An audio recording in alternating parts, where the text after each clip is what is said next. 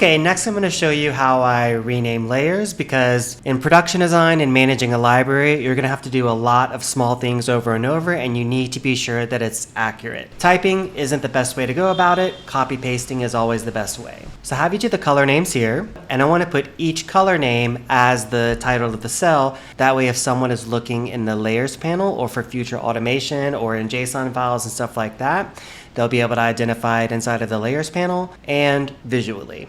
I coded my micro automation with just using keyboard shortcuts, how I would do it in Figma. Let's run it. So it'll push enter, enter, copy, back up, and then add the equals and add charcoal. And then we'll add one more tab so that way we can do the rest in a loop. Let's test the loop twice. It should do orange 01p and orange 0102p. We'll do 2 times.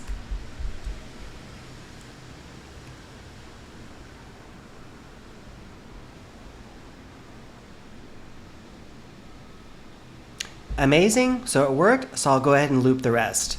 In order to count how many layers there are, I'll go ahead and select here, go down, and push export. And I can see that there's 8 layers. It's a quick trick to know how many layers there are whenever you don't want to bother counting. So I'll run this 8 times.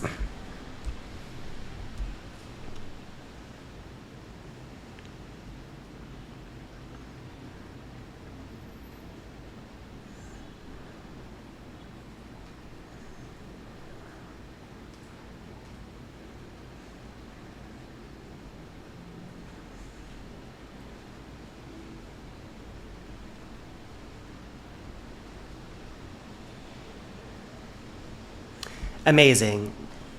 I'll do the last one manually. Great, so now all of the items in my title row are in my layers panel as well.